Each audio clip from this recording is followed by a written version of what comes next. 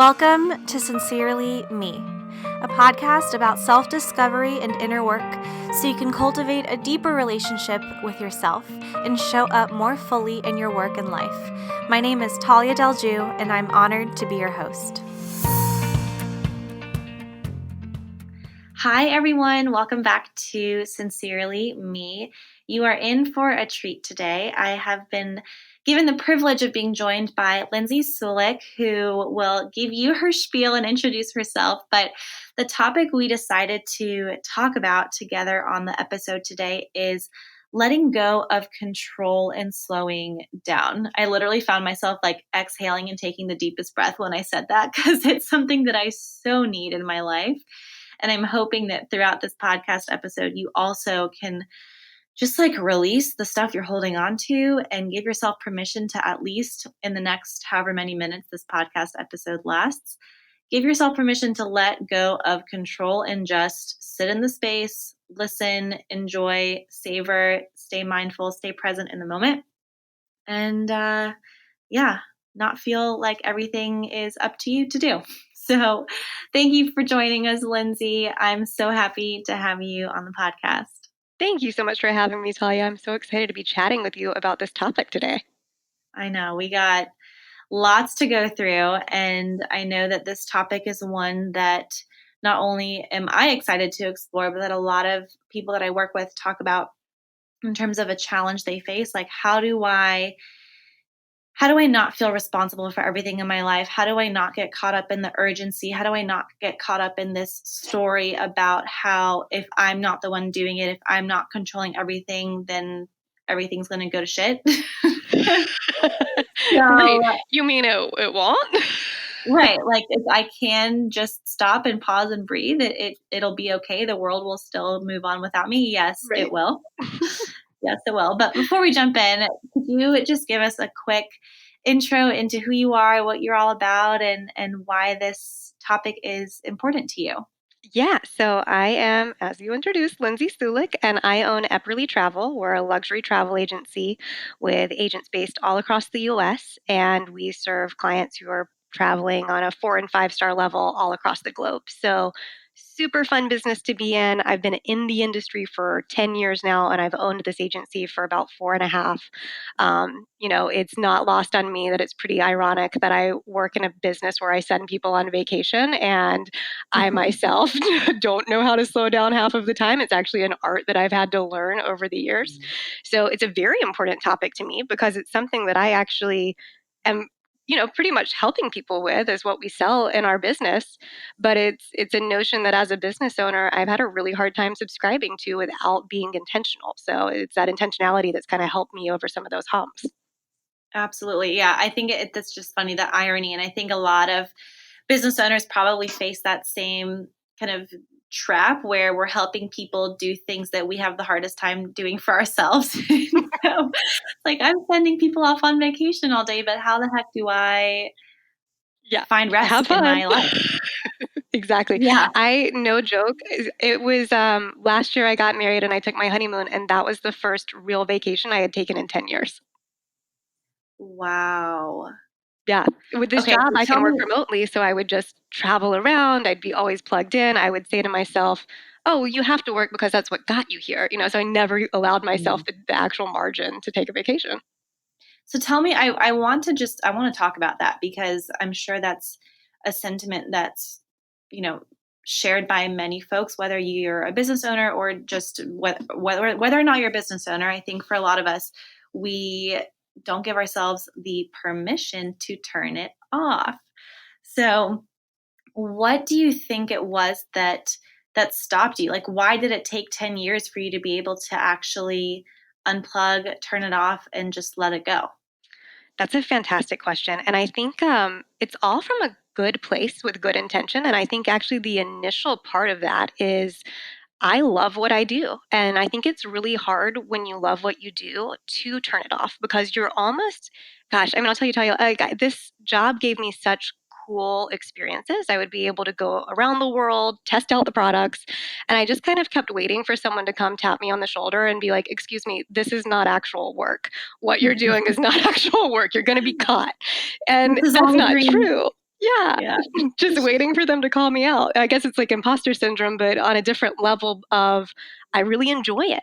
And so for that reason, I had a hard time turning off. And I think that's paired very much to I am 100% a people pleaser personality. So the fact that I'm working in a client facing role means I've got all these people to please. And that might mean working around the clock and serving their needs before I serve my own.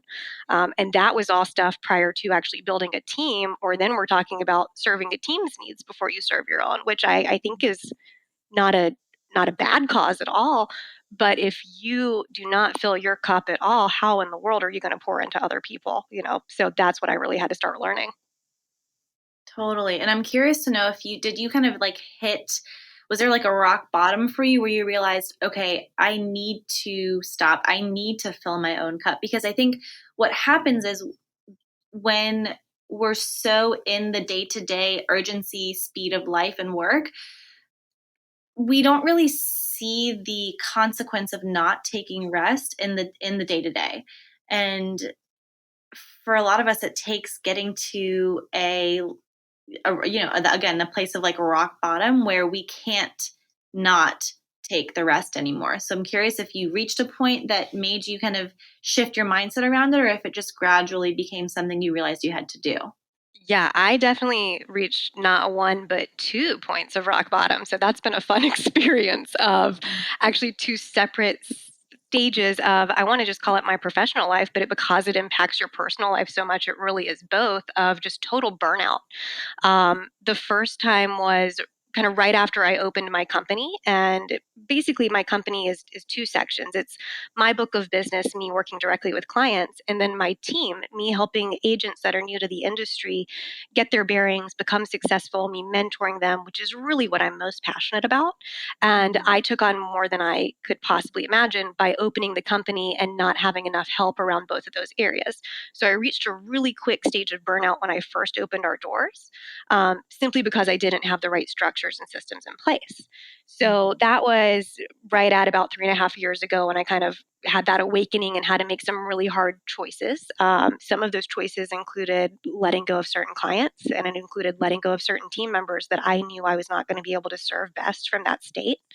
And a lot of those choices included some productivity hacks that at the time were exactly what I needed. So learning to Mhm. time block, and I use Boomerang on my email all the time, which is a fantastic tool, but it can only get you so far. So the mistake that I made from that was I was using these amazing productivity hacks, but then I was suddenly taking that extra time and margin that I had and just filling it up. I was like a squirrel saving for winter. So I was just constantly filling that back up to Yes. the point where I reached another stage of burnout actually very recently. I'd say I've just kind of come off of the heels of that in the past few weeks to month, because I got to another point where you. I'm trying to scale this company and I'm trying to do the same things that I did when I first started this industry 10 years ago. And you can't Mhm. keep doing that. You've got to constantly replace yourself and scale yourself. And so that's been my biggest learning lesson to get me out of that burnout. Wow. And I like just to know that you can learn and apply and put into practice all these different tools. The whole point is to free up time, but but it's so common for us to feel like the moment time is free, we fill it. Why? Like Yes. why do we do that? We're so bad with actually, gosh, even one of my employees just a couple weeks ago goes, you're really bad with blank space. And I was like, you think? Like, so it's obvious to other people. Yeah. I mean, I personally, I'm just wired that way. I'm wired to be in fast mode all the time. I don't sit Mhm. still well. I don't relax well. So, like, I think I link productivity and Yes. busyness. And that's not good for you. So, if you're any sort of type A personality, or I don't even want to say it's goal oriented, it's more task oriented than anything. Having Mhm. something to do with your brain, with your hands, like with your schedule, it makes you feel like you're fulfilled or productive in that moment. But unless you really Mhm. take a step back and start looking at, oh, wow, that's actually burning me out because I'm not actually working toward anything. I'm just working.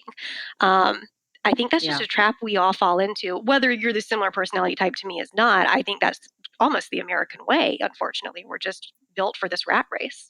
Yes. And that I love that phrase of like where are you just working, or are you working towards something? Like there's a big difference there. And I think for a lot of us, we do tie our sense of worth to how productive we are, to how many tasks we can check off of our list. And that's why the topic of this podcast, more broadly speaking, Sincerely Me, is so important, is because we we don't take the time to ask ourselves what we're working towards. We don't take the time to get to know what we want enough to be able to align with the right actions in terms of how we spend our time.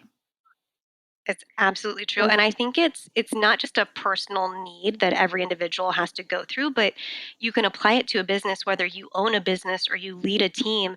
If you're all working toward a unified goal, that's a good culture. That's a congruent company. But if you're just task taking, no wonder people drop off and burn out and find other opportunities because they don't have something that they're all marching toward. So that's really been a learning experience for me lately. yeah, for sure.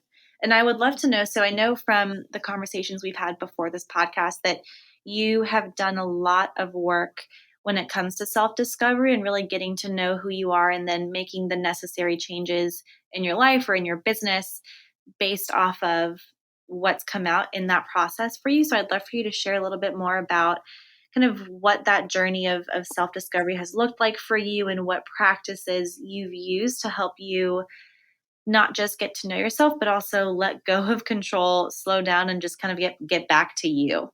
Yeah, that's a great question. And honestly, I'll have to start with a little bit of credit where credit is due. I wish I was self aware enough to be able to reach these stages of burnout and say, hey, Lindsay, wake up. You got to get out of this. But it has both times that I've been in this, it has been the people closest to me. So I'm really fortunate. I surround myself with amazing people, my parents, my husband, who are able to look at me and say, "You're teetering toward that again. You really got to change something here. It's not healthy." It's other people that recognize it within me and point it out, and from that point, I'm really able to start going into a self reflection period. So I wish I was constantly aware of it. And that's something I'm really working toward to where I can identify it myself. But the first stage in this, as it is with everything, is admitting. And it's really looking in the mirror and saying, all right, you have dug yourself into this. What are you going to do to get yourself out of it? So Mhm. for me, I'm all about returning to the core. And I think that we overcomplicate things in our lives. So Mhm. if we know what it is that allows us to return to ourselves, like what habits or what practices that we can employ, that's how I kind of journey back to myself and I simplify it. Mhm. And so for me, it's kind of twofold. I'm very religious, very spiritual, and I'm a big believer in taking out time for prayer, meditation, whatever you might call it, but just that kind of moment of reflection of you are not alone, you are not here, for no reason and no purpose. You've got something greater than you going on. Take a minute to acknowledge that. And so Mhm. if I incorporate that on a daily basis, I usually will do that in the mornings before the day even gets started. I notice a huge difference over whether or not I'm actually intentional with the day or if I let myself just get swept up in it. So that's a big practice that I believe in, and I incorporate that in yoga as well. And I also, just by nature, am a writer. That was very much my first love. So whether I'm writing something that I'm going to post on our travel blog eventually, and sometimes I'll even incorporate these learning lessons into that travel blog. It's like my way of exercising my English major. Or if it's just for myself, like journaling, spending time in that kind of reflection, the written word for me is really powerful. So to write out those intentions or to write out, hey, I know I'm in this place. Here's what I'm going to do to get myself out of it. I think there's a lot of power in actually putting those words out there. Yeah, okay, there's so much I want to pull out from that because there were a lot of good tidbits in there. And I think the first thing that you mentioned, and I use this a lot, and it's something I think about a lot, is this metaphor of, actually looking at yourself in the mirror. Whether you're actually doing it or not, I think that is what so many of us are avoiding in the busyness. When you're filling up that time, I think it's coming out of a fear of confronting the crap that you need to eventually confront. And we find comfort in busyness because it distracts us from what we know we need to eventually address and acknowledge and heal, maybe in some ways. I know for me, one of the most challenging experiences I went through. And without getting too much into the weeds of the story, I'm sure I'll share it eventually on the podcast at some point. But I remember I had this very minor procedure done on my eye. And for about 2 or 3 months, I could not wear any makeup. I chopped off my hair. I kind of went through this like Britney Spears, like, who am I? Like questioning it. And it was hard to look at myself in the mirror because I almost didn't recognize myself in this period of kind of going through challenge and anxieties and transformation. It was literally, it like brought up so much anxiety for me to look at myself in the mirror because I couldn't hide anymore. I wasn't hiding under anything. Like the masks were off. I felt completely naked. And it was a moment of total vulnerability where I had to start asking myself the really hard questions. Who am I without all these things that I've maybe attached myself to? And it was terrifying, but I can look back on it now and say it was one of the best things that I ever had to go through because I had to prioritize building a relationship with myself for the first time in my life. Absolutely. Yeah, I think you touched on it there too, the vulnerability behind it.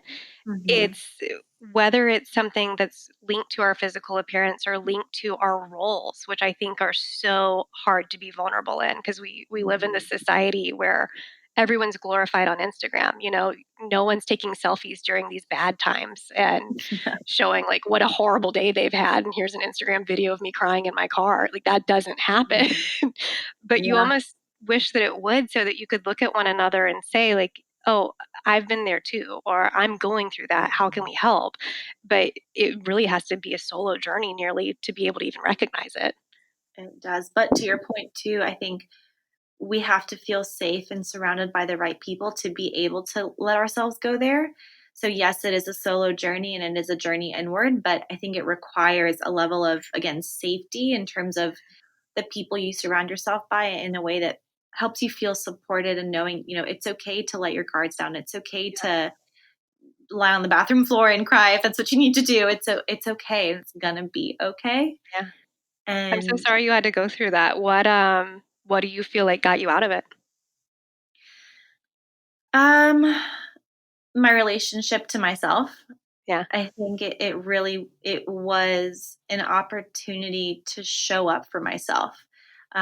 So a part of it is the power within me, as maybe cheesy as that might sound, that I was only able to discover because of the experience I went through, the people I surrounded myself by, and some of the healing modalities that I eventually started to explore. So I even till this day work very closely with an energy healer, with my own coach. Even though I'm a coach, we all need our own people to help us through those moments. And so, I had to reach out for help because I hadn't experienced that type of anxiety before. I didn't really know how to explain what I was feeling. It was scary, and I I knew I couldn't stay quiet about it because that wasn't going to help. Even Absolutely. though it somewhat felt safer to just stay quiet and not put language to it, I knew that I had to voice it in some way. Even if I didn't know what the solution was, it was going to people and saying, "Hey, here's what I'm experiencing. What do you think I should do? Or just, can you hold space for me right now? Because I can't hold it for myself in this moment." It's so huge asking for help. And I think that is the biggest takeaway that I've realized that I didn't think I was even capable of until I would Mhm. reach these stages of burnout. So I'm completely with you. I actually um, read recently, I think she wrote it several years ago, though. Amanda Palmer wrote a book called The Art of Asking. Have you heard of this? Mhm. I have, and I'm going to actually link it in the show notes to be sure people can check it out. I loved it. It made me so aware that I have a huge problem and like a very hard time asking other people for help. So Yeah, it's to your point, like you kind of have to reach that stage where you're like, if I remain quiet, I'm not going to get any better, and I need help with whatever it is. totally. And I mean, going back to the idea of letting go of control, I think sometimes, yes, there's an element of inner power and showing up for yourself, but there's also an element of letting go of control in terms of knowing that I can't do it all myself, and that's okay. Yeah. There are people out there who are experts in this. There are people out there who know more than I do in certain ways.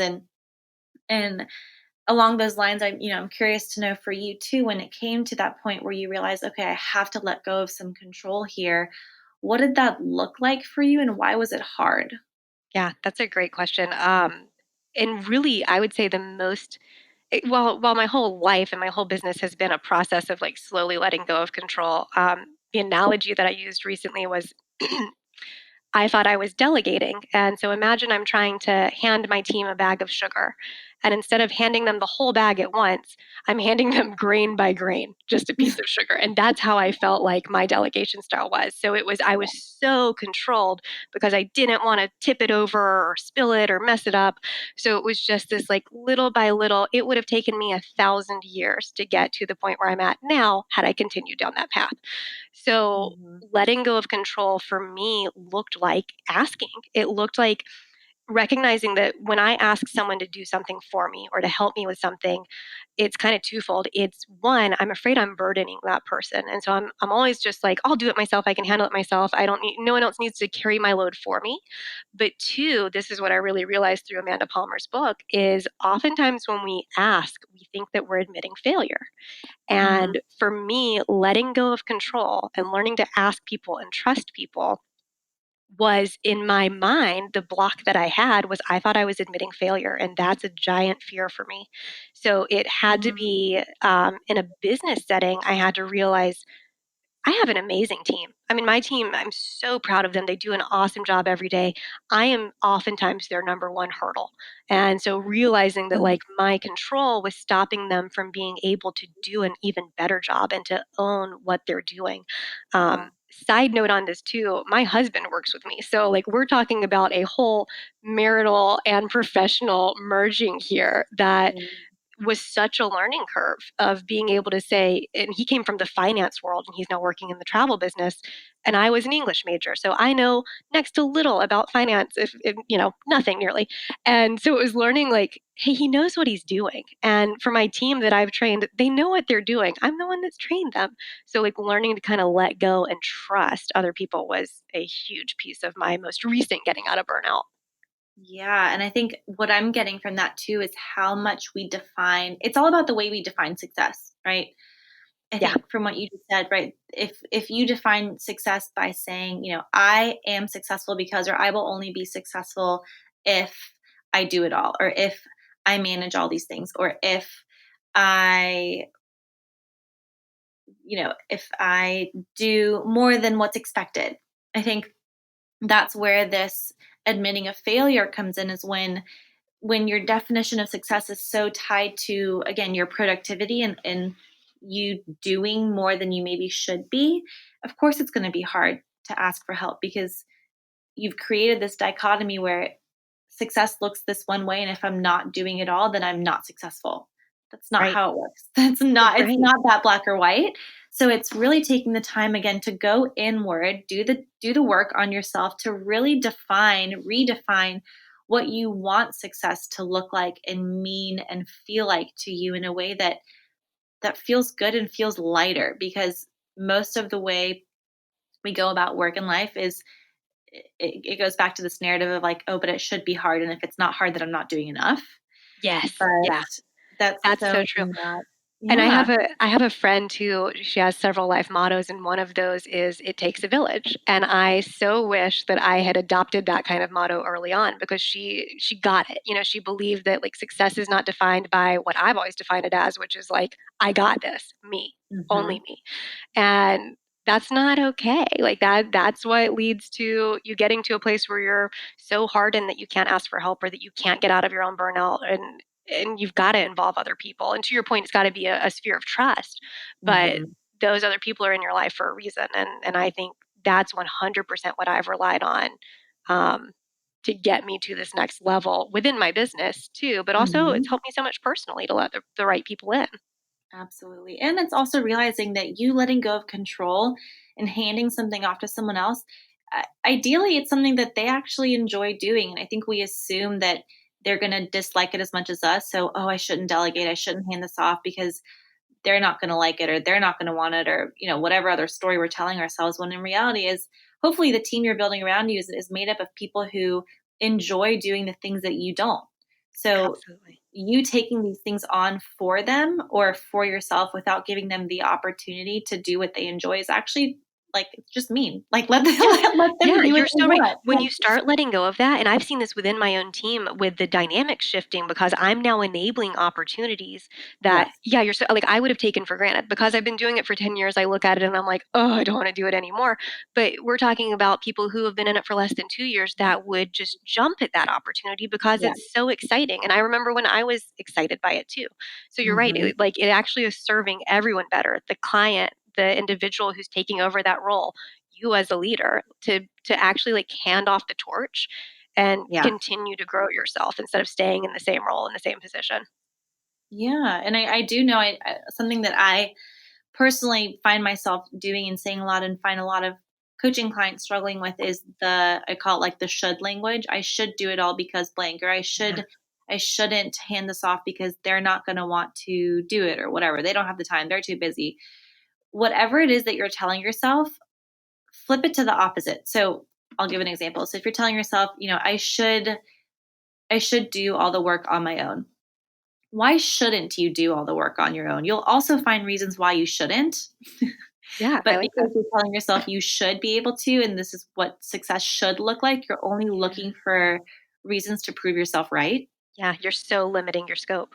Absolutely. And there are 100 more reasons guaranteed for why you shouldn't do it all or why success shouldn't be defined by doing it all. So I invite you all to kind of catch yourselves in the shoulds of your headspace and find evidence for what's actually true outside of what you've been maybe living with or working through that's kept you feeling weighed down by things that are just not serving you or your business or your work or your family or whatever it is that you're engaging with. I love that advice. I've actually never heard that before. I think that's really, really wise. And it's helpful because I think it's a tool that you can practice in real time. If the awareness is there enough to know, like, here's what the narrative has actually been for me, it's a quick way to kind of catch yourself and say, okay, let's look at what could be possible instead. So hopefully it's a tool that you all Yeah. find to be useful and applicable. But the other thing that you mentioned a few moments ago was outside of looking in the mirror, there's also an element of taking responsibility. And I want to dig into that because I think it's really easy for us to put blame on other people or other things or circumstance. And a key element, in my opinion, of letting go of control is taking responsibility for the results you're seeing, taking responsibility for being in a place of burnout. At the end of the day, it's a result of your own actions. If you can't hold yourself accountable to those actions and take responsibility for where you're at, it's going to be hard to make any kind of change that starts with you. So that was just another element that I wanted to highlight because that responsibility piece is, again, I think essential to making the changes you want to make. I 100% agree that you've got to get to a certain level where I mean we talked about like the admitting is the first step. Like you've got to be able to look at yourself and understand I am the one that's doing this to myself. No one Mhm. else is doing it to me. So if you try to like place that blame on outside forces, you're never going to get any sort of better because it really is an outside forces. Um, Yeah. I think it's actually really interesting too. Like even in today's society, we're like very obsessed lately with things like the Enneagram and like learning about ourselves in a Mhm. personality test, which I love. I love that that's so accessible, that it gives you a quick glimpse into who you are and that it's scary correct a lot of times. But Yeah. at the same time, the funny thing, like my husband gets really annoyed by it because he's like, that was not a tool for you to just be able to say, well, I'm a type 7, so of course I'm going to be all over the place. That was a tool for you to be aware so you don't continue doing that when you're in a situation where that is not necessary. And it's so Mhm. true. It's not just having the awareness, but taking it that extra step of, Yeah. oh, this is what makes me do this. Why don't I work to correct it a little bit so I can live in a normal day-to-day world where it's not just all about me and what my needs are? Yeah, and I'm also like I'm a big fan of all the different tools and assessments out there that give you that glimpse, but I think it's remembering that it's just that, it's a glimpse, it's one perspective, and that at the end of the day, you all the answers that you're looking for are within you. And yes, these different, the Enneagram, Myers-Briggs, Clifton Strengths Finder, again, I'd be the first to tell you to do all of them because they're all awesome, but they're just tools that can inspire you to continue cultivating that curiosity about who you are. I would never take them as like, I don't want to say don't take them at face value, but it's one of many data points that you can gather to grab to get a more holistic perspective of yourself. And I think, again, it's giving yourself the permission to, yes, get these external, um, get feedback from things around you and take these different tests and stuff. But it's also giving yourself just trusting that you also know what most of these things are going to tell you. Does that make sense? That's a good way to put it. Well, and you said this earlier about getting yourself out of that state that you were in after you had your surgery, where it was like everything you needed was within you and you had this inner strength to you. And I think that it's like going through these harder times and being more self aware and taking ownership and responsibility all get you to that point of eventual self confidence that I think like if all you're doing is focusing on the end goal of, I need to be more confident, it's really hard to get there. But if you're Yeah. focusing on that growth, then yeah, you can use a tool like Enneagram or anything like that to kind of better understand yourself. You're able to like, you've got it all Hmm. right built within you that can help get you out of those states and actually put you to a place where you're actually influencing other people and helping other people because of your story, which is, I think, the coolest thing in the world that like that inner strength can lead to really pouring into others. Yeah. And what's interesting too, and this makes sense in my head, it's kind of a half baked idea, but I'm just going to put it out there to see what comes out. But, you know, assessments that we take, their value is in the questions, right? Assessments are just a list of questions that bring out the information. The answers, we're providing the answers. The results that we get from things like that are just an interpretation of our answers, but we're the ones who are still answering the questions, right? Right. So it's about knowing what questions to be asking yourself and giving yourself the time and space to let go, to slow down and find answers to those questions. Absolutely. Yeah. And I think it's smart to have, I mentioned that I have a really good support system. I think it's smart to have either people in your life or questions that you do ask yourself regularly to kind of gauge and check in on yourself to make sure Mhm. that you are in a good headspace because it's really easy just to live day to day and not realize that you're, kind of burning the candle at both ends or that you're getting yourself to a point where it's going to be harder to climb out of because you weren't being aware in that moment. So to me, Yeah. it's like constantly pulling yourself back to the present. What questions have you found to be the most powerful? That's a fantastic question because I'm sitting here thinking I need to come up with a list of these questions. I don't really know the ones off the top of my head that I use on a regular basis. I say that.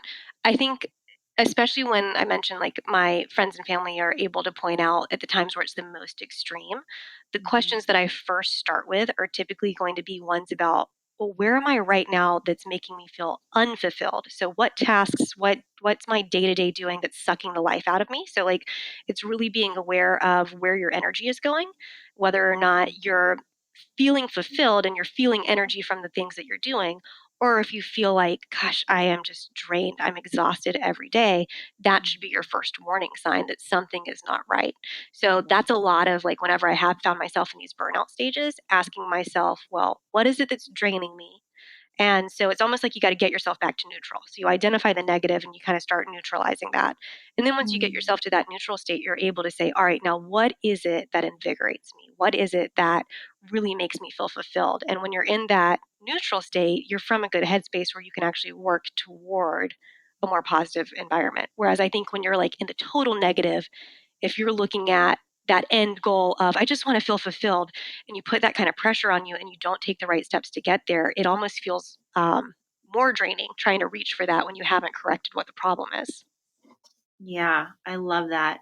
We talk a lot about energy in terms of helping people figure out what their strengths are. When you're doing things that give you energy, it's an indication that you're doing something that comes naturally to you and that it's perhaps a strength of yours. And so it's being able to pay attention to the way you feel throughout your day, and ideally get to a point where you're only doing things that give you energy. And yes, there are going to be things that you'll have to do just by nature of the work that might be a little bit draining, but how can you design your life and craft your days in a way that is energizing and engaging and ultimately fulfilling in the way you want it to be?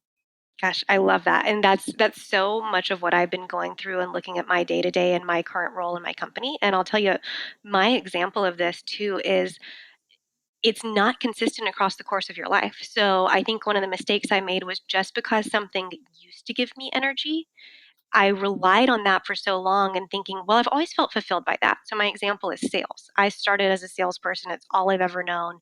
I started this job when I was in college. I was 19 and I just fell in love with the high of the sale and of getting to know my clients and serving them.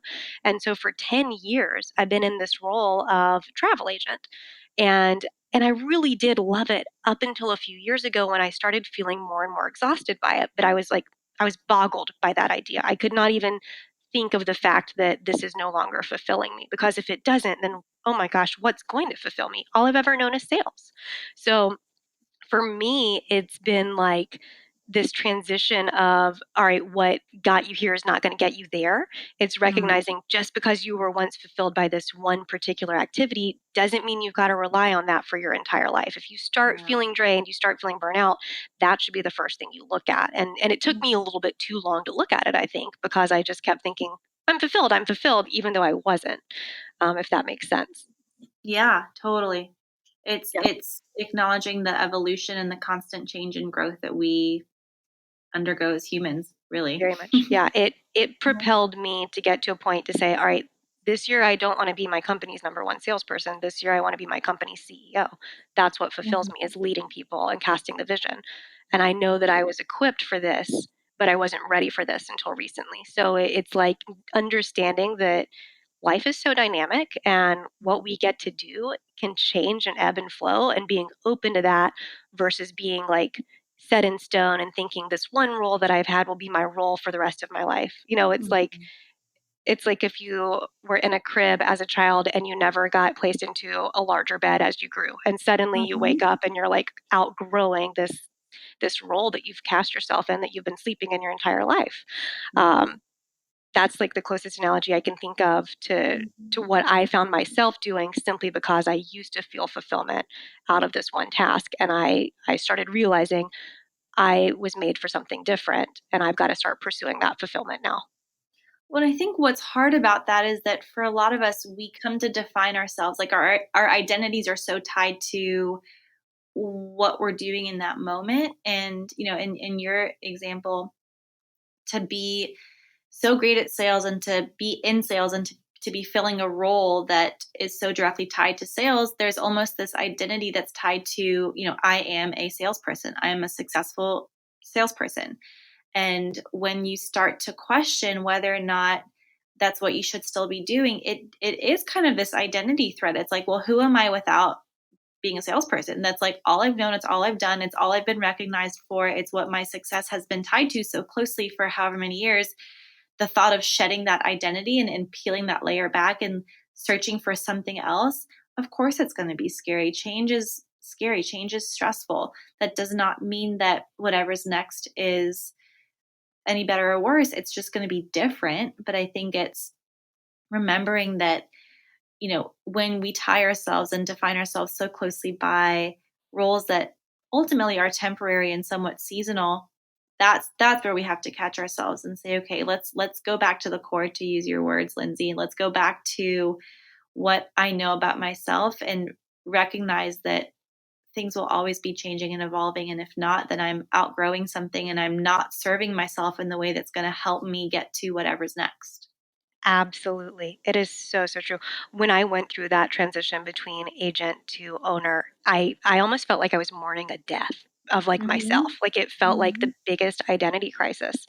Yeah. So, however, had I kept staying in that position, I would have been continuing to hinder those around me. I would have been continuing to hinder my company, and I would have been continuing to hinder myself because I was burning myself out without realizing it.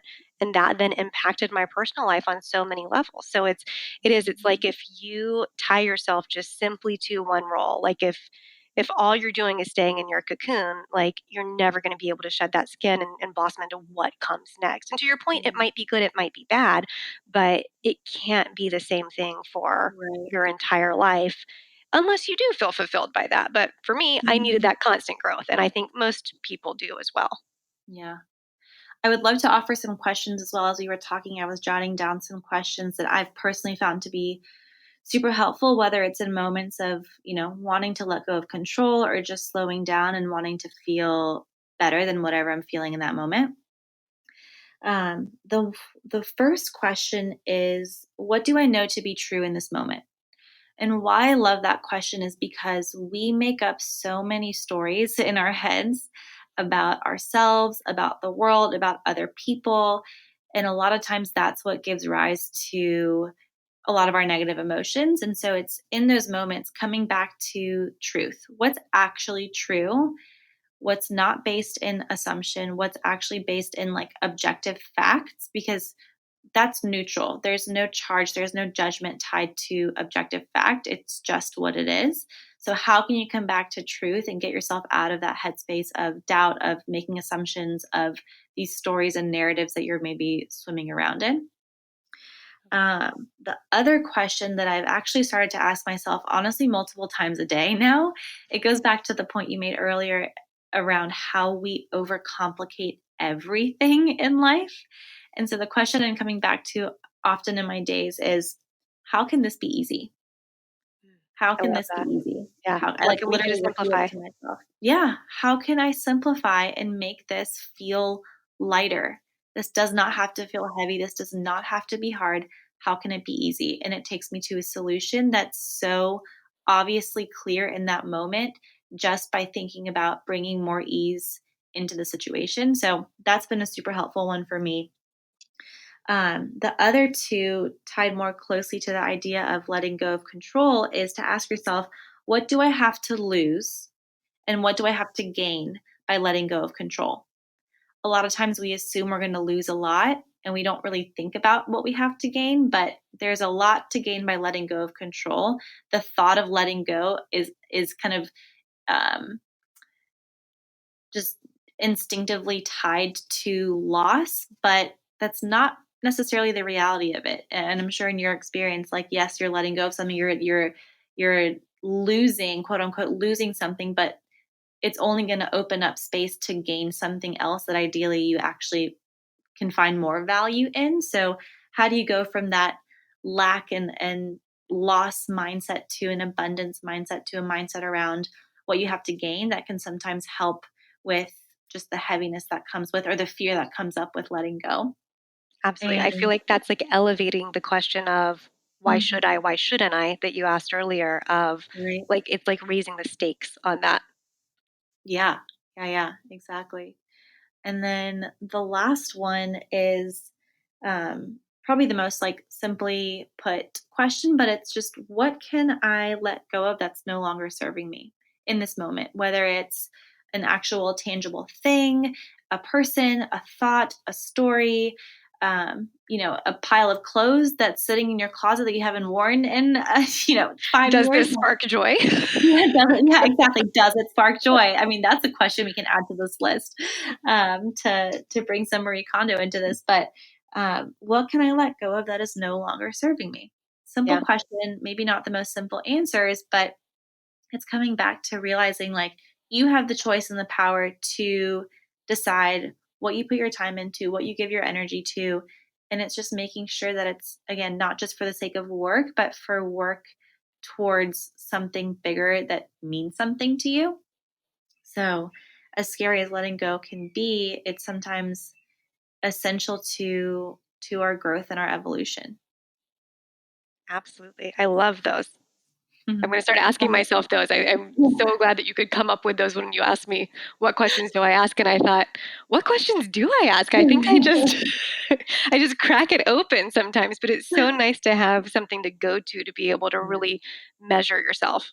Totally. Yeah, and it's fun to ask yourself the same questions over time because you'll realize how your responses start to change, which just signals that you are changing and that the way Yeah. you see yourself is changing and that you're undergoing transformation on a deeper level, and that's ultimately the goal. So what I would love to wrap up with are two final questions that I'm asking all of the guests who are gracing me with their presence on the podcast.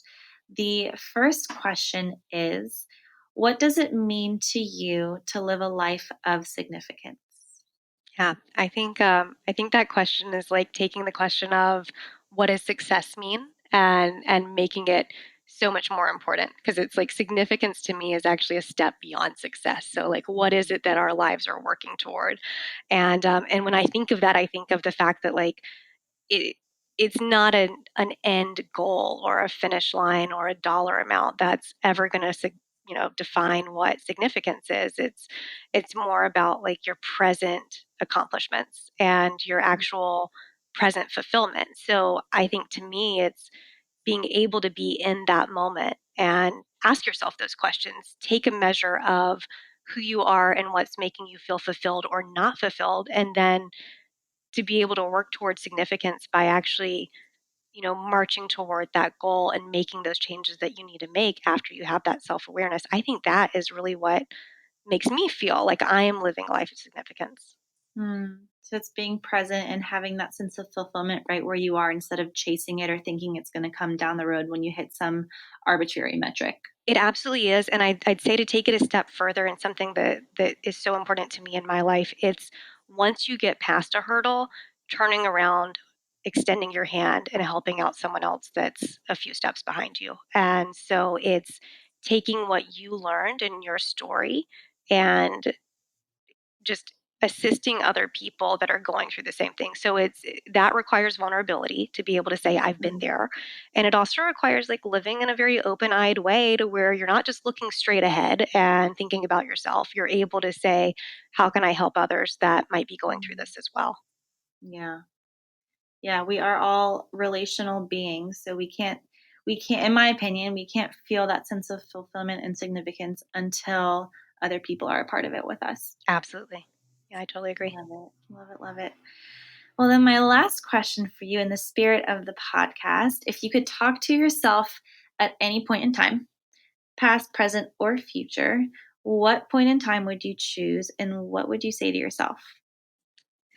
I love this question, and I hope I don't throw too much of a wrinkle in it, but I want to choose all points in time because I would actually give myself the same advice in the state that I'm in right now, both in the past and in the present and in the future. And I think I'd have to sit myself down and say, Dear Lindsey, stop all of this unnecessary fear.